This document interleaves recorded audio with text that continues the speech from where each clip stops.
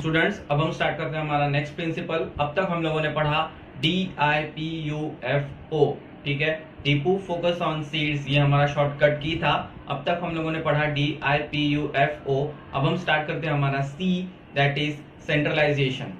Centralisation and decentralization, ये आपका topic है। अब ये सेंट्रलाइजेशन क्या होता है? सेंट्रलाइजेशन, देखिए मैंने आपके स्क्रीन पे बहुत ही सिंपल तरीके से लिखा है। Centralization refers to the concentration of power and authorities. Authorities और पावर, ये जो है, ये स्मॉल ऑर्गेनाइजेशन में आप जब भी ध्यान दें तो स्मॉल ऑर्गेनाइजेशन में किसी भी एक आदमी को हमेशा पावर और अथॉरिटी दे दी जाती है, ठीक है। बट अगर हम बात करें बिग ऑर्गेनाइजेशन की, जो कि बड़े बड़े ऑर्गेनाइजेशन होते हैं, ह्यूज ऑर्गेनाइजेशन, उसमें हमेशा पावर जो है वो मैं सिर्फ किसी एक आदमी को नहीं दे सकता। जैसे कि छोटा सा एग्जाम्पल, अगर मैं किसी मल्टीनेशनल कंपनी की बात करूं तो यहाँ पे आप ध्यान देंगे हमेशा बोर्ड ऑफ डायरेक्टर्स होते हैं मैनेजमेंट संभालने के लिए। क्या करने के लिए? बिजनेस का मैनेजमेंट संभालने के लिए बोर्ड ऑफ डायरेक्टर्स होते हैं। और बोर्ड ऑफ डायरेक्टर्स हमेशा कभी एक नहीं होता, बोर्ड ऑफ डायरेक्टर्स 5 होते हैं, 6 होते हैं। तो इसी तरीके से बिजनेस ऑर्गेनाइजेशन में जब बड़ी ऑर्गेनाइजेशन होती है तो वहां पे मैं पावर और अथॉरिटी बहुत सारे लोगों को हाथ में बांट देता हूं। और जब छोटी ऑर्गेनाइजेशन, स्मॉल ऑर्गेनाइजेशन की अगर हम बात करें तो ये 1 या 2 आदमियों को ये फैसिलिटी दे दी जाती है कि आप इसके मैनेजर हैं, आप इस चीज को पूरा का पूरा संभालेंगे, ठीक है। तो स्टूडेंट्स, हमारा नेक्स्ट प्रिंसिपल है you, that is unity of command, ठीक है। ध्यान देना, हम लोग फिर से शॉर्टकट की के थ्रू ही जा रहे हैं। अब यूनिटी ऑफ कमांड ये क्या है?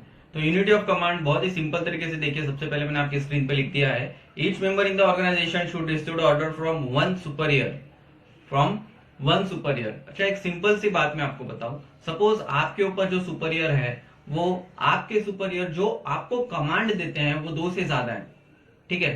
तो अगर आपको वो कमांड देने वाले, आपको ऑर्डर देने वाले सुपीरियर 2 से ज्यादा है, ठीक है, आपको ऑर्डर देने वाले सुपीरियर अगर 2 से ज्यादा है तो आप किसका ऑर्डर फॉलो करोगे?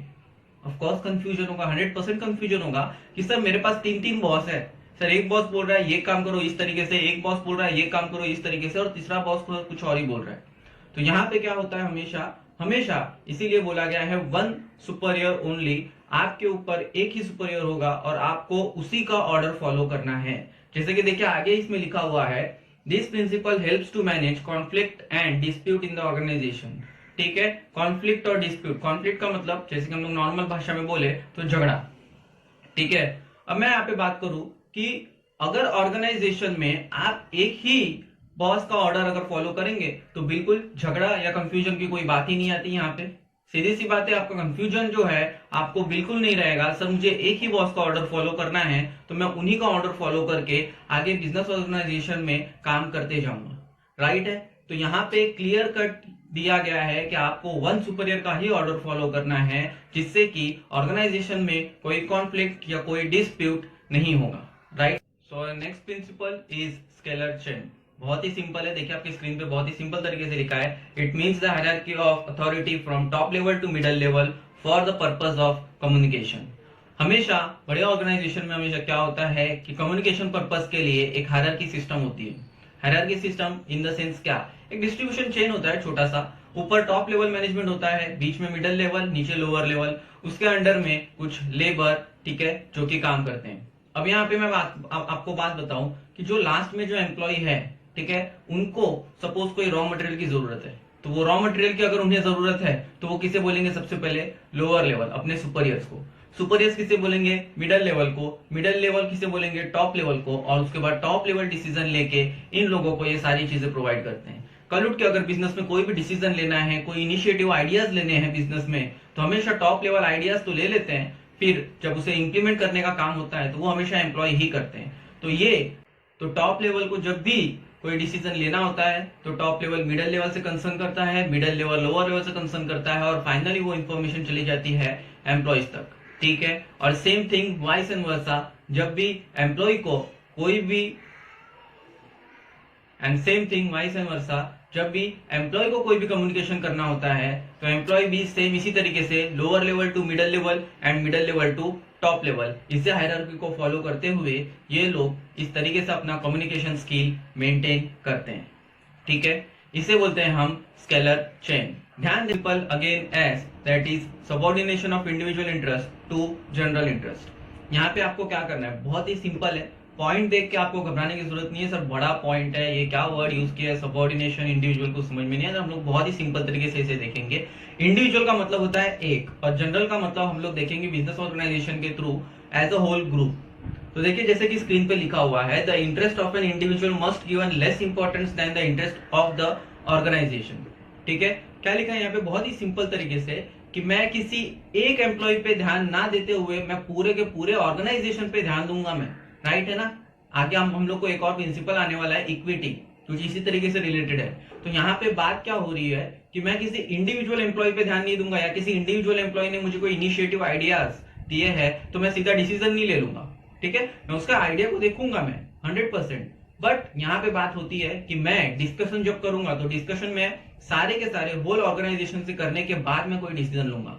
जैसे कि आपका सेकंड लाइन देखिए, आपको दिया हुआ है यहाँ पे, the manager should always consider the interest of the whole organization rather than the single employees. The manager should always consider interest of the whole organization rather than a single employee. ये क्यों लिखा है, क्योंकि मैंने आपको बताया individual का meaning होता है एक, और जनरल का मीनिंग हम समझ लेते हैं यहाँ पे होल।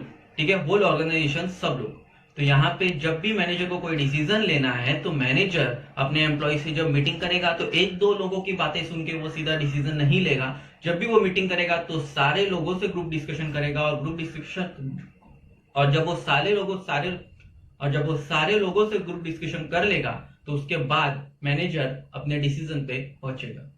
ठीक है, बहुत ही सिंपल है ये, subordination of individual interest to general interest. ये बिजनेस में हमें फॉलो करना बहुत ही जरूरी है, ताकि दूसरे जो एम्प्लॉयज है उनके मन में कोई जेलसी नहीं होनी चाहिए कि हमारे जो बॉस है, हमारे जो मैनेजर है, वो हमेशा इसी एक या दो एम्प्लॉय की बातें सुन के डिसीजन ले लेते हैं। हम लोग तो जो भी इनिशिएटिव चीजें करते हैं ये सारी चीजें हमारे कोई काम आती नहीं है। ठीक है, इससे मेरे जो एम्प्लॉयज है वो डीमोटिवेट हो जाएंगे, और मुझे हमेशा अपने एम्प्लॉयज को मोटिवेट करके रखना है। ठीक है, उनकी एफिशिएंसी पावर बढ़ानी है ताकि वो बिजनेस ऑर्गेनाइजेशन में अपना पूरा का पूरा आउटपुट अच्छे से दे सके। इसीलिए बहुत ही इंपॉर्टेंट प्रिंसिपल है subordination of individual interest to general interest. मैं किसी एक पे ध्यान ना देते हुए मैं पूरे ऑर्गेनाइजेशन पे इक्वली ध्यान दूंगा, और उसके बाद मीटिंग करने के बाद मैं कोई डिसीजन लूंगा। नाउ और नेक्स्ट प्रिंसिपल दैट इज ई, हम लोग पढ़ रहे हैं लास्ट का सीड्स। तो एस हमारा हो गया है, अब आता है ई, इक्विटी। इक्विटी देखिए नाम से ही पता चलता है, इक्विटी इक्वल का मतलब सबको पता है। ठीक है, इक्वल बराबर। तो यहाँ पे सेम थिंग हम लोग को इक्विटी में भी यही पढ़ना है स्टूडेंट्स। इक्विटी देखिए क्या बताया, management should always be fair as well as friendly to the subordinates while dividing work, monetary terms etcetera.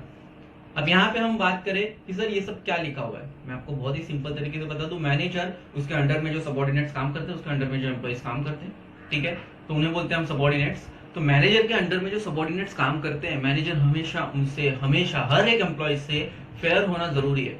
ठीक है, उसका हर एक एम्प्लॉय से उसका फेयर होना जरूरी है कि मैं किसी को ज्यादा इंपॉर्टेंस और किसी को कम इंपॉर्टेंस में ऐसा नहीं करूंगा। बिजनेस ऑर्गेनाइजेशन में मैं हर एक एम्प्लॉय को इक्वल इंपॉर्टेंस दूंगा। जो एम्प्लॉय बिजनेस में अपना ज्यादा से ज्यादा आउटपुट दे रहा है, मैं उसे भी ज्यादा से ज्यादा बिजनेस में ग्रोथ दिलवाऊंगा। ठीक है, अब यहाँ पे अगर मैं बात करूं कि इस इक्विटी का हमारे बिजनेस ऑर्गेनाइजेशन में क्या इंपॉर्टेंस है, तो इक्विटी का 100% इंपॉर्टेंस ये है कि अगर मैं जब भी बिजनेस ऑर्गेनाइजेशन में इक्विटी रखूं हर एक एम्प्लॉय में, तो यहाँ पे एम्प्लॉय के बीच या फिर सबऑर्डिनेट्स और मैनेजर के बीच कभी कॉन्फ्लिक्ट नहीं होगा। बहुत बार ऐसा होता है कि बिजनेस ऑर्गेनाइजेशन में कुछ 5-10 एम्प्लॉय मिलके ये सोचने लगते हैं कि हमारा बॉस जो है वो हमेशा यार उसी की साइड लेता है, उसी एक ही बंदे की साइड लेता है। ऐसा कुछ नहीं होता। यहाँ पे अगर हम इस प्रिंसिपल को फॉलो करें इक्विटी, तो 100% मेरे बिजनेस ऑर्गेनाइजेशन में एम्प्लॉयर और एम्प्लॉय के बीच का रिलेशन बहुत ही अच्छे तरीके से मेंटेन होगा। ठीक है, तो ध्यान से देखिए, यहाँ पे बताया गया है इक्विटी बहुत ही इंपॉर्टेंट प्रिंसिपल है, जो कि हमने just subordination of individual interest के बाद इसे पढ़ा है हमने। ठीक है, तो subordination of individual interest to general interest था, तो उसी के बाद हमने सीधा इक्विटी पे फोकस किया। क्यों? क्योंकि इक्विटी का मतलब ही यही है, मैं सारे एम्प्लॉयज को इक्वली ट्रीट करूंगा, मैं किसी एक पे फोकस ज्यादा और सब पे कम ऐसा नहीं करूंगा। ठीक है। और नेक्स्ट प्रिंसिपल है again E, that is Esprit de corps. अच्छा, ये एक फ्रेंच वर्ड है, इसीलिए इस वर्ड को कुछ अलग तरीके से लिखा गया है। देखिए मैंने ब्रैकेट में आपको लिखा हुआ है दैट इज टीम वर्क। क्या लिखा है वहां पे? Team work. और टीम वर्क का मतलब भी क्या होता है? एक साथ काम करना, ठीक है, यूनिटी में काम करना। तो यहाँ पे देखिए बहुत ही सिंपल तरीके से इसका मीनिंग समझाया है स्क्रीन पे। Esprit de corps means union is strength running organisation on a group activity. Running organisation on group activity. यहाँ पे बहुत ही अच्छे तरीके से बताया गया है कि अगर मेरे एम्प्लॉइज एक साथ मिलकर काम करें तो फ्यूचर में जो भी डिफिकल्टीज आएंगे ऑर्गेनाइजेशन में वो बहुत ही इजीली, बहुत ही क्विकली सॉल्व होंगी। आप अपने अगर टेक्स्ट बुक में आप सेकंड थर्ड लाइन देखेंगे तो वहां पे बहुत ही इजीली लिखा हुआ है कि अगर सारे के सारे एम्प्लॉइज एक ऑर्गेनाइजेशन में एज अ ग्रुप काम करें, ठीक है, मिलजुल के काम करें, आप यूनियन अपनी बना के काम करें आप, ठीक है, एक दूसरे पे आप ट्रस्ट दिखाते हुए काम करें, तो यहाँ पे मेरे बिजनेस ऑर्गेनाइजेशन में 100% ग्रोथ होगा और बिजनेस ऑर्गेनाइजेशन में जो भी डिफिकल्टी आएंगी वो बहुत ही क्विकली सॉल्व हो जाएंगी। तो एस्प्रिट डी कॉर्प्स का मतलब ही यही होता है कि सर बिजनेस ऑर्गेनाइजेशन में हमें जो काम करना है वो सारे लोगों को टीम वर्क में काम करना है। जैसे कि मैं आपको एक छोटा सा एग्जांपल दूं, हमारी टीम इंडिया, ठीक है, 11 प्लेयर खेलते हैं हमारी टीम इंडिया के लिए, ठीक है, 11 प्लेयर्स। यहाँ पे अगर मैं बात करूं कि नहीं सिर्फ एक बैट्समैन या एक बॉलर अपना आउटपुट पूरा का पूरा दे रहा है, पर क्या हम लोग मैच जीत पाएंगे? नहीं, ऐसा नहीं होता। यहाँ पे बात यह है कि सर बैट्समैन अपना काम अच्छे से करे, बॉलर्स अपना काम अच्छे से करे और फील्डर्स अपना काम अच्छे से करे। हम लोगों का एक ही गोल होना चाहिए, that we have to won the match. Sir हम लोगों को ये मैच जीतना ही है। सेम इसी तरीके से बिजनेस ऑर्गेनाइजेशन में हम लोगों को, सारे लोगों का एक ही गोल है, सर हम लोगों को बहुत ही एफिशिएंट मैनर में हमें प्रॉफिट अचीव करना है और बिजनेस का नाम, बिजनेस की गुडविल हमें बहुत ही ज्यादा से ज्यादा बढ़ानी है। ठीक है, तो यहाँ पे हमारा खत्म होता है ये principle esprit de corps. Next principle that is discipline.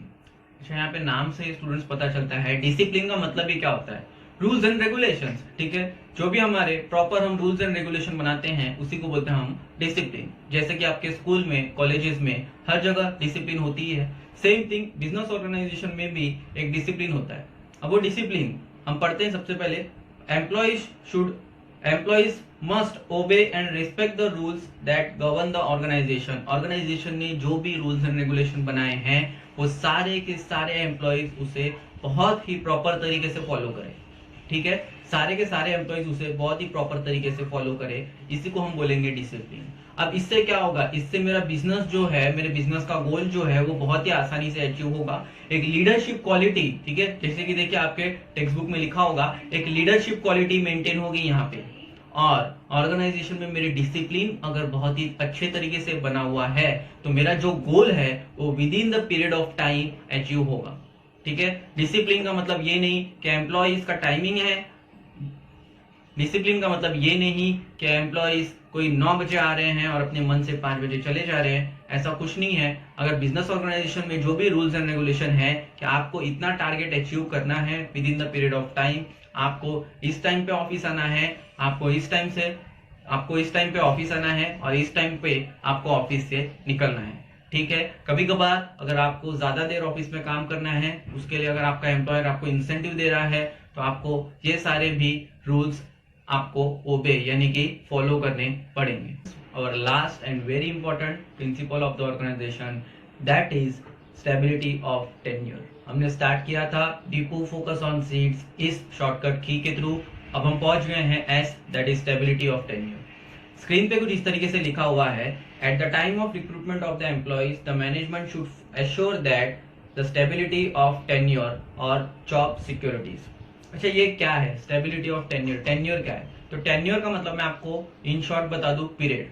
आप बिजनेस ऑर्गेनाइजेशन में अगर किसी भी प्राइवेट कंपनी में आप जॉब पे चले गए हैं तो वहां पे अगर आप ज्वाइंट हो चुके हैं तो आप कितने साल के लिए वहां पे जॉब कर सकते हैं, या कितने साल के लिए आपने वहां पे जॉब अपना कर, या फिर आपने कितने साल के लिए वहां पे अपना जॉब करने के लिए आपने सोचा है, ये होता है टेन्योर।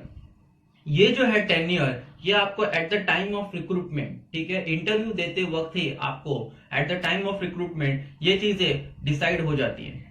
आपको जो भी इंटरव्यूअर होगा, जो कि आपका इंटरव्यू ले रहा है, ठीक है, आपका बॉस, वो आपको वहां पे ये चीज क्लियर कर देता है कि आप मेरे बिजनेस ऑर्गेनाइजेशन में ज्वाइन तो हो रहे हैं, आप इस पीरियड से लेके इस पीरियड तक मेरे बिजनेस ऑर्गेनाइजेशन में होंगे, उसके बाद हम अपने एम्प्लॉय को रिटायर कर देते हैं। तो इसी को हम बोलते हैं टेन्योर।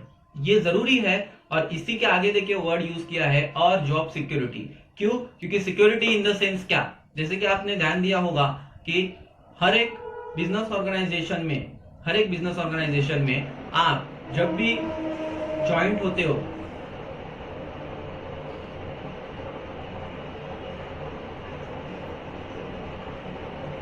Job security. अब job security in the sense क्या? Job security in the sense मैं आपको बता दूं, कल उठ के गवर्नमेंट ने कोई डिसीजन ले लिया, जैसे कि अभी आप देख रहे हो कोरोना चल रहा है, ठीक है, कोविड-19 के तहत बहुत सारे प्राइवेट कंपनीज ने अपने एम्प्लॉयज को बिजनेस में से लेफ्ट आउट कर दिया है, निकाल दिया है।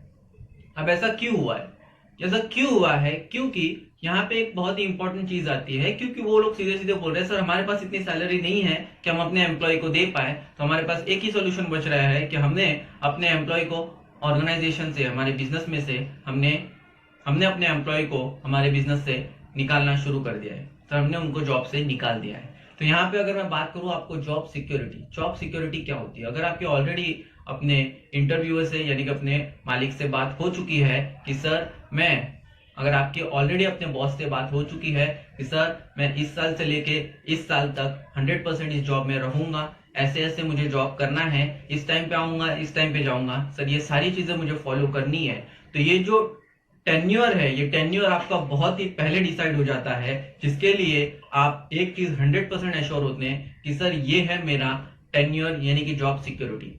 सर मुझे 5 साल बाद कहीं और पे जॉब ढूंढने की जरूरत नहीं पड़ेगी, क्योंकि सर यहाँ से मुझे जॉब सिक्योरिटी मिल चुकी है। एक छोटा सा एग्जांपल दूं मैं आपको, गवर्नमेंट जॉब्स, ठीक है, जैसे कि मैं आपको छोटा सा एग्जांपल दूं, कोई गवर्नमेंट स्कूल या रेलवेज, जब भी यहाँ पे कोई भी आदमी 60 साल बाद रिटायर होता है, आफ्टर द 60 ईयर, जब भी वो रिटायर हो, या फिर वीआरएस यानी कि वॉलंटरी रिटायरमेंट स्कीम, अगर आप 2 साल या 3 साल पहले आप रिटायरमेंट ले लेते हैं, ठीक है, तो यहाँ पे क्या होता है, आपको रिटायरमेंट फंड मिलता है। आफ्टर रिटायरमेंट फंड आप जब भी आगे जाएं तो आपको हर महीने पेंशन मिलता है।